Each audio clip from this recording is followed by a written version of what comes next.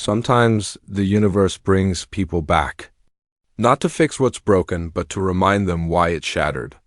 It's strange how time can heal the skin but never the heart. You think you've moved on until you see them again, and suddenly every scar starts to whisper the name you tried so hard to forget. It's been years. The city hasn't changed much, but you have. The rain still falls the same way, soft, slow, and full of memories. You walk into a cafe you once promised to visit together again, someday. You never thought that someday would actually come. The bell above the door rings as you step in.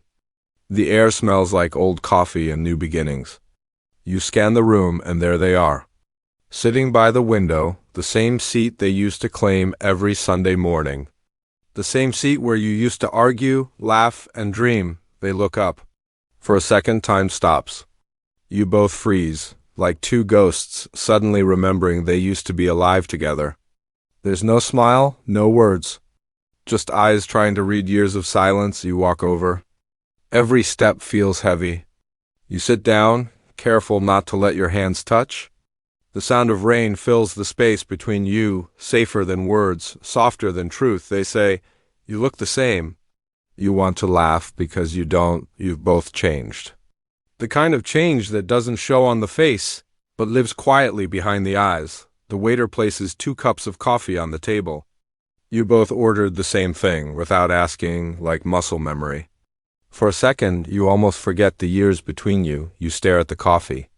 It's warm, familiar, but different. Just like them. There's so much to say, but you both stay quiet, afraid that one wrong word could break the fragile peace that time built. Outside, the rain gets heavier. Inside, the silence does too. You think about the last time you were here, the last argument, the last goodbye, the last look. You didn't know that would be the final chapter. And now, sitting across from them, you wonder if this is the sequel, or just an epilogue that came too late. The camera lingers on your coffee cup, the steam rising like ghosts from the past.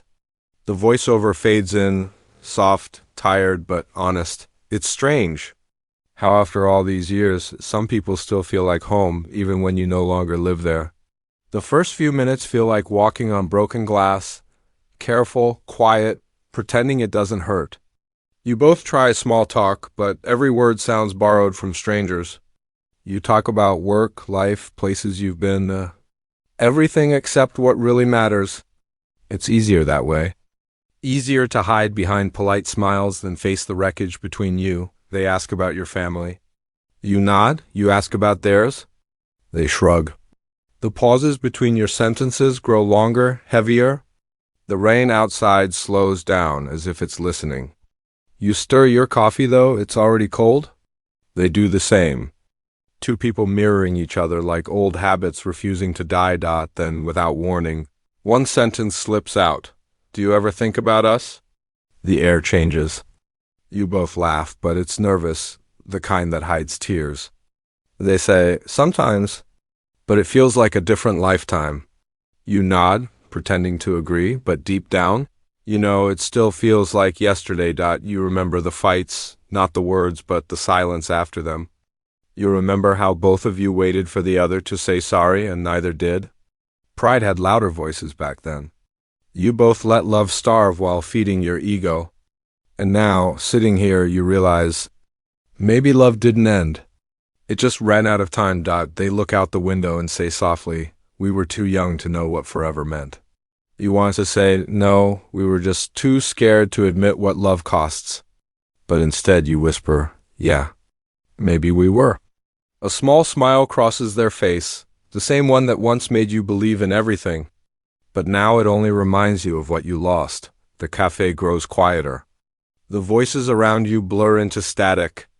You both exist in your own small bubble of what could have been. The voiceover returns, calm but trembling. "We always thought love was about holding on. But sometimes it's about knowing when to let go. Maybe the real tragedy isn't that we stopped loving each other, but that we stopped trying." You glance at them one last time. The distance between you isn't measured in inches anymore. It's in years. In regrets, in the 1,000 things left unsaid, the silence stretches long and fragile, like a thread about to snap. The cafe hums softly in the background, the clinking of cups, the low murmur of strangers, but none of it reaches you. It's just the two of you now, surrounded by years that never learned how to fade. You take a deep breath, and for the first time, you stop pretending. I tried to forget you, you say, eyes fixed on the steam rising from your cup. I really did. But every time it rains, it feels like we never ended. They don't look up. They just whisper, maybe we didn't. Your throat tightens. There it is, the truth neither of you dared to say out loud. All those years you blamed distance, time, everything else. But deep down, you both know it wasn't fate that ended you. It was fear. It was pride. You laugh quietly, a broken sound. You know what's funny? We spent so much time trying to be right that we forgot to be kind. They finally meet your eyes and it hits you. That same gaze that once felt like home now feels like goodbye. Their eyes are wet, but the tears don't fall. I waited, they whisper. But you never came. You want to scream, I wanted to. You want to tell them about the nights you almost called, the messages you wrote and deleted, the birthday you remembered but couldn't bring yourself to say anything. But instead you just say, I'm sorry. They nod. Me too? And somehow those two words hurt more than the breakup itself. Because now it's too late. The apology came after the story ended. The camera shifts, close up on their hands trembling, then pulling back. You almost reach for them, but stop halfway. Some distances can't be crossed anymore. The air between you is full of everything you never said. The rain outside slows to a whisper. A car passes by, headlights painting your faces in fleeting gold. For a moment, it feels like the world is holding its breath, waiting to see if you'll rewrite the ending. But you both know better. The voiceover returns, heavy with ache but quiet in its truth. Love didn't destroy us. Our silence did. Our pride did. We were too afraid to bend, so we broke. And that's the thing about heartbreak. It doesn't happen in a moment. It happens slowly every time you choose not to speak. They stand up first. Their chair scrapes softly against the floor, the sound of finality. You look at them, memorizing the way their coat folds, the way they hesitate before walking away. They give you one last look, the kind that says everything without a single word, and then they're gone. The door closes. The bell above it rings once, faint, distant, like an echo of the past. You sit there alone, your coffee cold, your heart colder. And for the first time, you realize this wasn't fate's fault. It was ours. Culpa Nuestra. The cup feels emptier now. The chair across from you sits untouched, a quiet reminder of everything that once filled it. The rain has stopped, but the world outside still glistens like it's been crying too. You don't move for a while. You just sit there, staring at the cup that still holds their fingerprints. It's strange how even silence can have an aftertaste. You take a deep breath. The smell of coffee and rain mixes with memories you wish you could unfeel. Every sound feels sharper now. The creak of the door, the clatter of dishes, the hum of life going on without you. You realize that this is what letting go really feels like. Not dramatic, not loud, just quietly unbearable. You step outside. The air is cool and soft, carrying that familiar scent of wet pavement and endings. The streets shimmer under the city lights, reflections of a love story that finally ran out of pages.